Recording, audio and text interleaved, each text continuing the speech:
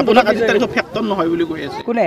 BJP মই যদি ফেক্টৰে নহওঁ তেতিয়াহ'লে হিমন্ত বিশ্ব শৰ্মাই শুভেচ্ছা দিব লাগে নেকি মই যে ডিচাইডিং ফেক্টৰ আজি তাৰিখত চাওক লোকসভা নিৰ্বাচনত মই অলিয়ে গলিয়ে বাটে পথে সকলোতে গৈছোঁ মোৰ যিটো নিৰ্বাচনী প্ৰচাৰটো কিছু ব্যতিক্ৰম কাৰণ মোৰ টকা পইচা নাই মই ডাঙৰ ডাঙৰ পেণ্ডেল পাতি মিটিং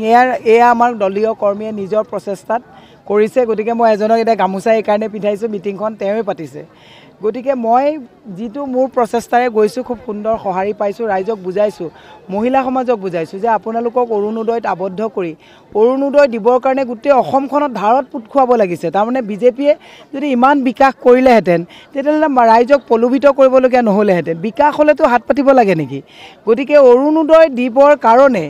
মানুহক তেওঁলোকৰ পক্ষত ৰাখিবৰ কাৰণে প্ৰতি মাহে শ শ কোটি টকা ধাৰ ল'বলগীয়া অৱস্থা এটালৈ হৈছে মই মাতৃ সমাজক হাতযোৰ কৰি অনুৰোধ জনাইছোঁ ভোট কাক দিব সিদ্ধান্ত বেলেগ কিন্তু আপোনালোকক বিজেপি ভোটাধিকাৰ বনাবলৈ শপত গ্ৰহণ কৰোৱাৰ পৰ্যায়লৈকে লৈ যাবলগীয়া কাৰণে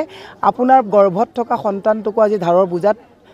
লেটিয়াই পেটিয়াই ল'বলগীয়া হৈছে বুজি পাওক মাতৃ সমাজে সমাজ গঢ়ে মাতৃ সমাজে ঘৰখনৰ পৰাই সমাজৰ সংগঠনৰ কাম আৰম্ভ কৰিব লাগিব সেইকাৰণে মই কৰজোৰে আহ্বান কৰিছোঁ মাতৃ সমাজক যুৱ প্ৰজন্মই যুৱ সমাজে আজি তাৰিখত সিদ্ধান্ত লৈছে যে বিজেপিক এবাৰ ভোট নিদিয়ে পুৰুষ সমাজে সিদ্ধান্ত লৈছে যে এইবাৰ বিজেপিক ভোট নিদিয়ে ব্যৱসায়ীসকল ক্ষুদ্ৰ ব্যৱসায়ীসকল ওলা উবেৰৰ পৰা কৰ্মচাৰী সকলোৱে সিদ্ধান্ত লৈছে মহিলাসকল যিসকল অৰুণোদয়ত শপত গ্ৰহণ কৰিছে তেওঁলোকৰো উপায় নাই 1200 টকাৰ কাৰণে তেওঁলোকেও শপত গ্ৰহণ লৈছে কিজানি নাপায় মই কৈছোঁ 1200 টকীয়া যিটো প্ৰচেষ্টা চৰকাৰী সকলো ব্যৱস্থা কণ্টিনিউ চলিব কিন্তু এইবাৰ যদি আপোনালোকে ভুল সিদ্ধান্ত লয় অহা মাহৰ পৰা 1200 টকাটো দিবই নোৱাৰে দৰমহাটো দিবই নোৱাৰে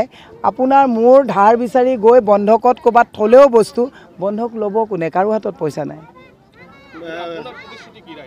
মোৰ ৰাইজৰ ওচৰত এটাই প্ৰতিশ্ৰুতি আছে যে ৰাইজৰ যিবিলাক জাতীয় সমস্যা ৰাইজৰ যিটো জনগোষ্ঠীয় সমস্যা ৰাইজৰ যিবিলাক সমস্যা এই সমস্যাবিলাকক মই সজোৰে সদনত গৈ বলিষ্ঠভাৱে মই উত্থাপন কৰি কেন্দ্ৰীয় আঁচনিৰ জৰিয়তে মই যিমানখিনি পাৰোঁ সেইখিনি যাতে ইয়াত ডেভেলপমেণ্টৰ কাম মই কৰিব পাৰোঁ আৰু ৰাইজৰ যাতে যিবিলাক মাটিপট্টাৰ সমস্যা আছে খোৱাপানীৰ সমস্যা আছে যুৱ প্ৰজন্মৰ সংস্থাপনৰ সমস্যা আছে এই সমস্যাবিলাক যাতে সমাধান কৰিব পাৰোঁ তাৰ কাৰণে মই ৰাজনৈতিকভাৱে মানসিকভাৱে নিজৰ এখন দৰ্শন লৈ পেলাই মই প্ৰস্তুতি লৈছোঁ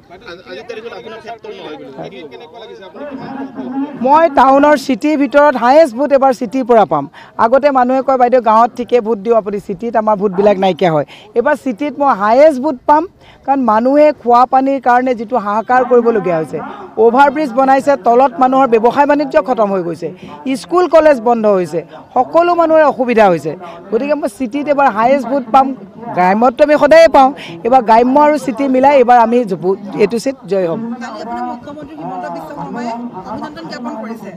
শুনক হিমন্ত বিশ্ব শৰ্মাই অভিনন্দন এইকাৰণেই জ্ঞাপন কৰিছে কাৰণ হিমন্ত বিশ্ব শৰ্মাই মাইণ্ড গেম খেলে যে মোৰতো মীৰা বৰঠাকুৰক কটাক্ষ কৰিবলৈ কোনো ৰেড কাৰ্পেটৰ তলত ফাইল নাই গতিকে এইটোকে জনাই থৈ দিছোঁ মানুহক কনফিউজ কৰিবৰ কাৰণে মই সেইকাৰণে হিমন্ত বিশ্ব শৰ্মাই যিটো মাইণ্ড গেম খেলে এইবাৰ সেই গেমটোত তেওঁ ফ্লপ হ'ব হয় ভাল আছিলে এসময়ত ভাল আছিলে বিজেপিলৈ মই লৈ গৈছিলোঁ এসময়ত ভাল আছিলে আদৰ্শ আৰু বিচাৰধাৰাৰ লগত ভাল নহয় আৰু যিদিনাখনেই মই তেওঁক বিজেপি এৰি কংগ্ৰেছত জইন কৰিছোঁ হিমন্ত বিশ্ব শৰ্মাই যদি এটা ফোন কল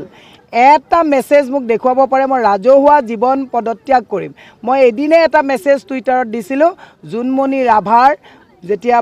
ভাতৃ হস্পিটেলাইজ হৈ আছিলে মাতৃয়ে কান্দি কান্দি পইচাৰ কাৰণে হিয়া কৰিছিলে জিপিন সিং ডাঙৰীয়া আৰু মুখ্যমন্ত্ৰীক দুটা টুইট মেছেজ দিছিলোঁ তাৰ বাদে যদি দ্বিতীয়টো মেছেজ মোক দেখুৱাব পাৰে দ্বিতীয়টো ফোন কল যদি তেওঁ IT ডিপাৰ্টমেণ্টে দেখুৱাব পাৰে মই আজিয়ে কৈছোঁ ৰাজহুৱা ৰাজনৈতিক জীৱন মই পৰিত্যাগ কৰিম আৰু সেইকাৰণে তেওঁ মোক শুভেচ্ছা দিয়াৰ বাদে বেলেগ তেওঁ ভালকৈ এটা কথা জানে যে হিমন্ত বিশ্ব শৰ্মাৰ তোলা চালনীত যদি নুঠে মই নুঠোঁ সেইটো কথা ভালকৈ জানে গতিকে শুভেচ্ছা নিদি কি দিব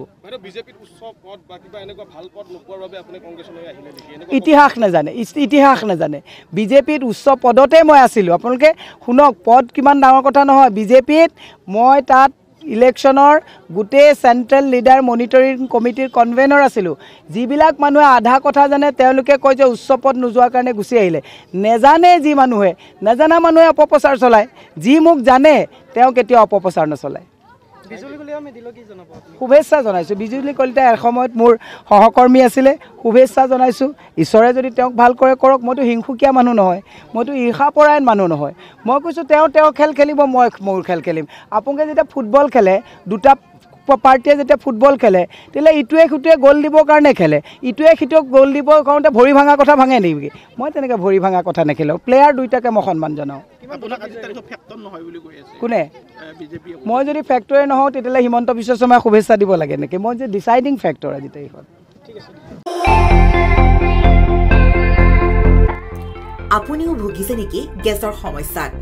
গেছ আৰু লিভাৰ ৰিলেটেড সকলো সমস্যাৰ একমাত্ৰ সমাধান গেষ্ট্ৰচিটি। বডজম, এচিডিটি, ফেটি লিভাৰ, পাইলছকে আদি কৰি ভিন্ন গেছৰ সমস্যাৰ সমাধানৰ বাবে কেৱল আপোনাৰ কাষত গেষ্ট্ৰচিটি।